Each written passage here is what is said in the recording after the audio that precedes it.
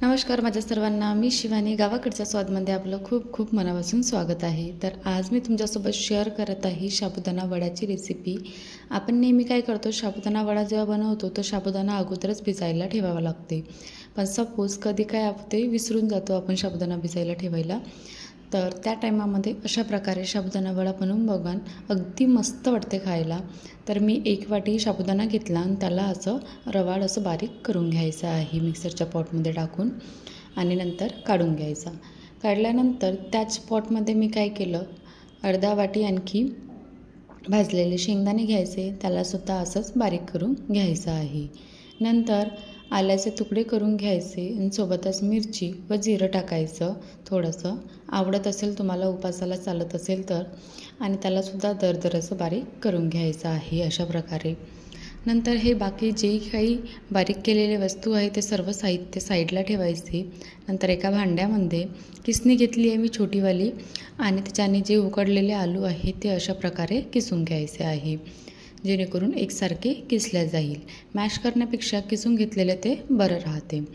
नंतर काय करायचं की जे साबुदाण्याचं पावडर आहे ते मी 4 चम्मचच्या जवळपास टाकलेलं आहे यामध्ये कसं होते की जेव्हा आपण बाइंडिंग करतो त्या टायमाला कमी जास्त लागते, म्हणून मी सुरुवातीला 4 टाकलं आणि नंतर जसं लागेल तसं टाकायचं. सोबतच 2 चम्मच शेंगदाण्याचं कूट आणि 2 चम्मच हिरव्या मिरचीच्या ठेचा हे सर्व टाकलं व चवीनुसार मीठ टाकायचं. सोबतच कोथिंबीर टाकायची चिरून छानपैकी. यामध्ये तुम्ही लिंबाचा रस आवडत असेल ना, म्हणजे थोडंसं आमसूरपणा येण्यासाठी तोसुद्धा टाकू शकता किंवा स्किप करू शकता. नंतर अशा प्रकारे सर्व साहित्य मिक्स करून असा डो तयार करून घ्यायचा आहे.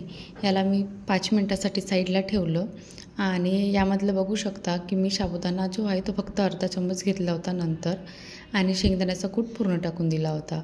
म्हणजे जसं लागेल तसं आपल्याला त्यामध्ये टाकून डो तयार करून घ्यायचा आहे. आता जोपर्यंत तेल गरम होते तोपर्यंत चटणी बनवून घेऊ. तर मी त्याच मिक्सरच्या पॉटमध्ये 10 भांडे न भरवता तोच पॉट घेतला आणि त्यामध्ये काय केलं, मी मिरच्या शेंगदाणे आणि खोबरं, जे ओलं खोबरं असते ते टाकायचं. सोबतच कोथिंबीर आणि चवीनुसार मीठ, थोडंसं जिरं, थोडंसं दही आणि थोडंसंच पाणी टाकायचं सुरुवातीला. आणि जसं हलकंसं बारीक झालं की आणखी त्यामध्ये जेवढे तुम्हाला पातळ आवडत असेल ना तेवढ्या प्रमाणामध्ये तुम्ही, किंवा घट्ट आवडत असेल तेवढ्या प्रमाणामध्ये पाणी टाकून चटणी तयार करून घ्यायची आहे. नंतर कडकडीत तेलाचा तडका लावून देऊन त्यामध्ये जिरं, मोहरी, सोबतच कढीपत्ता टाकला मी थोडासा आणि याचासुद्धा तडका लावून झाला आहे आणि आपली चटणी तयार झालेली आहे. तर चटणीमध्ये सर्व हे मिक्स करून हिला साईडला ठेवून देऊ आणि तेल पण ऑलमोस्ट गरम होत आलेलं आहे. तर वडे तयार करून घेऊ. तर हाताला थोडंसं तेल लावून घ्यायचं आणि नंतर त्याचे छोटे छोटे असे गोळे तयार करून घ्यायचे आहे. आणि जशा प्रकारे आपण नेहमी वडे बनवतो ना तसेच बनवायचे आहे, पण जास्त मोठे न बनवता छोटे छोटे बनवले ना तर खायला आणि बघायलासुद्धा छान दिसते आणि फुगतातसुद्धा छान. तर अशा प्रकारे मी छोटे छोटे गोल गोल वडे बनवून घेतलेले आहे. आणखी तुम्हाला दाखवते की कशा प्रकारे बनवायचे. छोटासा गोळा घ्यायचा हातावर, अगदी छान वाटते खायला. असं नाही आहे की साबुदाणा भिजायला नाही ठेवला तर थोडीशी चव लागेल, असं काही नाही आहे. खूप मस्त गरम गरम टेस्टी खायला लागते.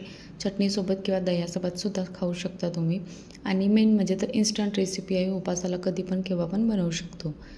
तर बनवून झाल्यानंतर कडकडीत अशा तेलामध्ये याला फ्राय करून घ्यायचं आहे. यामध्ये एकच काळजी घ्यायची की जे तेल आहे ना ते छानपैकी असं गरम झालेलं पाहिजे. थोडंसंही मंद किंवा थंड तेल असेल ना तर जे वडे आहे ते तेलामध्ये गेल्यानंतर थोडेसे फुटायला लागतात. त्यासाठीच अगोदर काय करायचं की तेल छानपैकी असं कडकडीत गरम करायला ठेवून द्यायचा. तुम्ही बघू शकता एक पण वडासुद्धा असा फुटलेला वगैरे नाही आहे आणि छानपैकी असा फुगून गेला आहे थोडासा हलकासा. आणि अशाच प्रकारे बाकीचे पण वडे थोडेसे ब्राउनिश कलर येईपर्यंत आपल्याला अलटपलट करत फ्राय करून घ्यायचे आहे आणि नंतर काढून घ्यायचे आहे.